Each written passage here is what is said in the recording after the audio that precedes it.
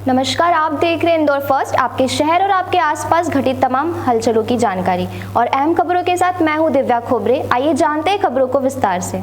दरअसल वार्ड क्रमांक 1 के लोगों का विरोध सुदर्शन गुप्ता के लिए देखने के लिए मिल रहा है। वार्ड 1 के बीजेपी के कार्यकर्ताओं का कहना है कि हम लंबे समय से बीजेपी के कार्यकर्ता रहे हैं और जिस वार्ड से महापौर जीत रहे हैं, पार्षद जीत रहे हैं, जो लंबे समय से कांग्रेस का गढ़ बन चुका था, वही अब कार्यकर्ताओं की मेहनत के बाद यहाँ पर बीजेपी के पार्षद और महापौर चुने गए हैं। वहीं अगर ऐसे में सुदर्शन गुप्ता को पार्टी टिकट देती है तो यह सीट पार्टी के हाथ से निकल जाएगी।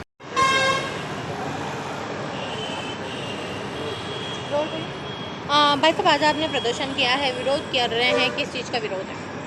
देखिए, ये विरोध उस आस्था का विरोध, भारतीय जनता पार्टी के स्थापना दिवस के हम संस्थापक सदस्यों में से हैं। हमने भारतीय जनता पार्टी के उतार चढ़ाव को देखा है।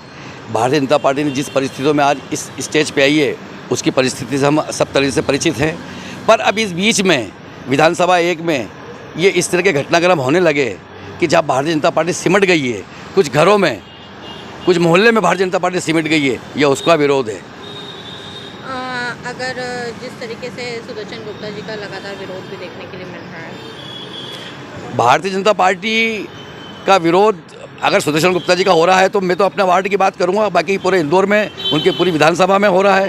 क्योंकि उनका जो आचरण रहा है, उनका जो व्यवहार रहा है, वो बहुत रूखा रहा है, बहुत उपेक्षित रहा है। उन्होंने बहुत, हम जैसे पुराने कार्यकर्ताओं को एक नहीं, कम से कम हज़ारों की संख्या में विधानसभा 1 में हो गए, जिनको उन्होंने तिरस्कृत करा, उपेक्षित करा, उनको एक किनार करके, और नए लोग भारतीय जनता पार्टी के सदस्य बढ़े, उससे हमको आपत्ति नहीं है। मगर कम से कम गुप्ता जी को ये तो सोचना चाहिए कि भारतीय जनता पार्टी में जिन लोगों ने गुप्ता जी खुद नहीं जानते थे विधानसभा 1 में जब पहली बार आए थे तो उनकी भौगोलिक स्थिति नहीं मालूम थी। हमने उनको परिचित कराया, पहला चुनाव जिताया, दूसरा चुनाव जिताया, पर दूसरा चुनाव जीतने के बाद जिस तरीके से उनका व्यवहार होने लगा था, पुराने जो कार्यकर्ता थे, जो पार्टी निष्ठ कार्यकर्ता थे भारतीय जनता पार्टी के, उनके खिलाफ उन्होंने उनको दरकिनार करना चालू कर दिया और नए कांग्रेस के आए हुए लोगों को मोबिलाइज चालू कर दिया। उन्हें किसी को पार्षद बना दिया, किसी को क्या पद दे दिया, किसी को क्या पद दे दिया। तो उससे भारतीय जनता पार्टी की जो स्थिति चरमरा रही है, ये वो दुख है, वो दुख है हम लोगों का, मुझ जैसे हजारों कार्यकर्ताओं का, इसलिए ये विरोध है।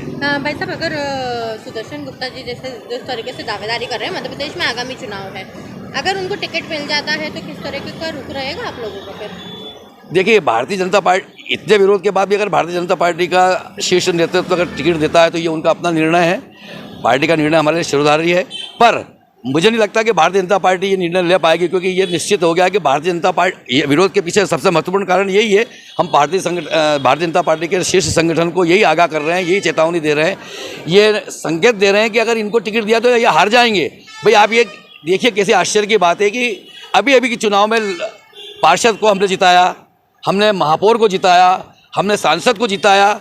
जहाँ तक बात करें वार्ड नंबर 1 की, यहाँ से तीनों जीते हैं, फिर ये क्यों हार गए? ये पूरी विधानसभा हार गए। स्पष्ट कारण है कि इनका जो व्यवहार था, जो कार्यकर्ताओं के प्रति जो इनका उपेक्षा का रवैया था, ये उसका नतीजा है। और अब उपेक्षित नहीं होना चाहता है कार्यकर्ता, ये उसी का परिणाम है कि आज फलस्वरूप जो है विस्फोट हुआ और लोगों की व्यथा कथा थी जो सामने आई। भाई साहब, किसी बड़े नेता से इस बारे में चर्चा की है आप लोगों ने? भाई, विरोध करने में चर्चा का तो कोई बात ही नहीं है। तो हमारी अपनी विधानसभा 1 वार्ड नंबर 1 की जो व्यथा कथा थी वो थी, उसमें किसी की, मैं नहीं सोचता हूँ कि किसी से आज्ञा लेने की जरूरत थी। अवगत कराया है? नहीं, अवगत कराने की हमने आवश्यकता भी नहीं समझी। तो उसमें क्या अवगत कराना बताइए भाई। हमने तो हमारी यहाँ जो विचारधारा आज बैठक होने वाली थी, हमको बुलाया ही नहीं उन्होंने।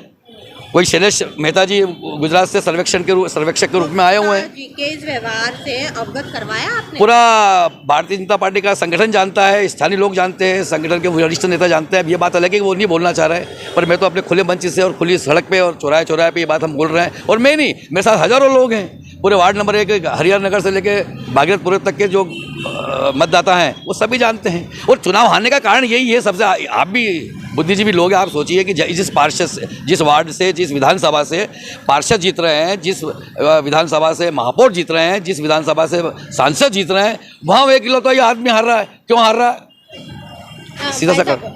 आप किसी व्यक्ति को ऐसे दावेदारी मानते हो कि वो उसको यहाँ की दावेदारी करना चाहिए या फिर वो इलिजिबल है यहाँ के लिए? मेरा किसी व्यक्ति के प्रति ऐसा कोई वो रुझान नहीं है, पार्टी का निर्णय है। हम तो इस बात को लेके लिए आगाह कर रहे हैं कि बस ये टिकट अगर मिल गया, क्योंकि भारतीय जनता पार्टी से हम भी उतना ही स्नेह करते हैं जितना शीर्ष नेतृत्व करता है। लिहाजा ये बात है कि हम चाहते हैं कि अगर पार्टी ने टिकट दे दिया तो चुनाव से हाथ ये सीट चली जाएगी हमारे यहाँ से। अरे ये बड़ी मेहनत करके हम लाए हैं, लालचंद मित्तल जी को जिताया, उषा ठाकुर जी को जिताया, 2 बार सुदर्शन गुप्ता को जिताया। अगर उसके बाद भी ये परंपरागत सीट हो गई भारतीय जनता पार्टी की, नहीं तो ये परंपरागत कांग्रेस की सीट थी, तो हम छीन के लाए कांग्रेस के मुंह से। अगर उसके बाद भी अगर भारतीय जनता पार्टी का शीर्ष नेतृत्व इनको टिकट देता है तो ये उसका अपना निर्णय है। आपका नाम? पंडित अरुण तिवारी। भारतीय जनता